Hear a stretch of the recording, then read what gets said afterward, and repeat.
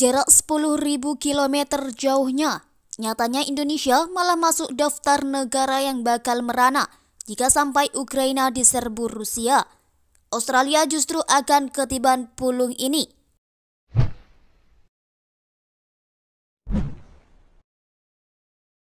Ukraina kini berada di bawah ancaman invasi Rusia, di mana negara-negara barat mewaspadai kemungkinan tersebut.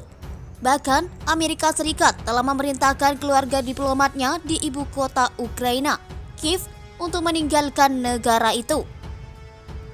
Amerika Serikat juga mendesak warganya yang berada di Ukraina agar mempertimbangkan untuk segera pergi dari negara tersebut. Hal itu terjadi lantaran Moskow menolak menarik sekitar 100.000 tentara yang dikerahkan di dekat perbatasan. Situasi di perbatasan Ukraina-Rusia saat ini memanas, memicu kekhawatiran bahwa konflik Timur Barat paling serius sejak Perang Dingin akan segera pecah. Tetapi rupanya bukan hanya itu, dengan militer Rusia di perbatasan Ukraina juga mengancam panen di keranjang roti Eropa ini. Ukraina adalah salah satu negara pertanian paling subur di dunia dan tahun lalu mengekspor 84 juta ton biji-bijian. Oleh karena itu, jika Rusia benar-benar menyerbu Ukraina, maka akan berdampak pada sejumlah negara yang bahkan jauh jaraknya dari negara ini, salah satunya Indonesia. Jika Indonesia termasuk negara yang bakal merana, berbeda dengan Australia yang justru akan ketiban pulung alias untung. Ukraina diperkirakan akan memasok 12% gandum dunia dan 16% jagungnya tahun ini. Tetapi panen masih beberapa bulan lagi dan sebagian besar lahan pertanian hitam subur Ukraina terletak di jalur konflik. Ada spekulasi bahwa Rusia tertarik pada wilayah timur sungai Dnieper yang diperkirakan akan memanen lebih dari 12 juta ton gandum, sekitar 47% dari produksi Ukraina, kata analis pertanian senior Mekardo Adrian Ladaniuski.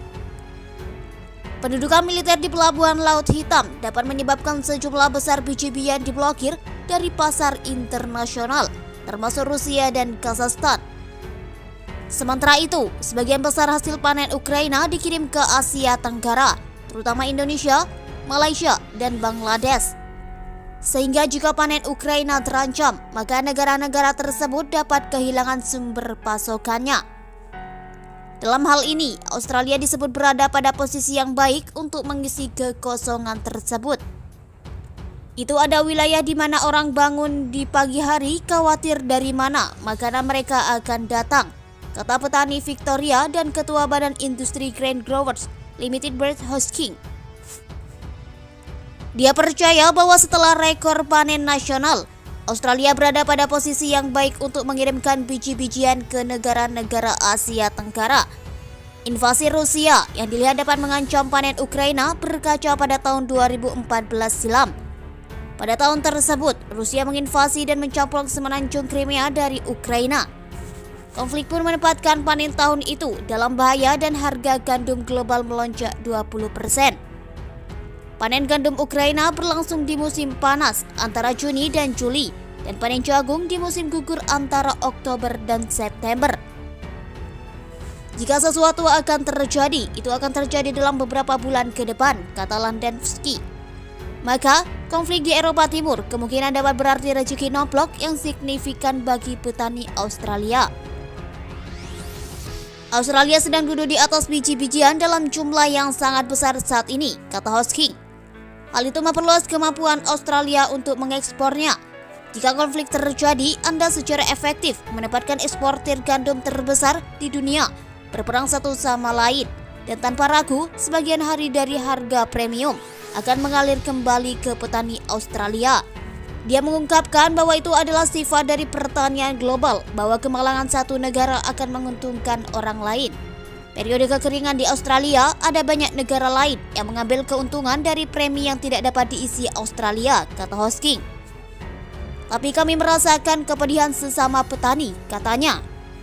Terlepas dari implikasi positif bagi harga biji-bijian jika konflik meningkat, Hosking mengatakan ketidakstabilan yang dapat mengikuti mungkin juga dengan mudah menjadi bumerang.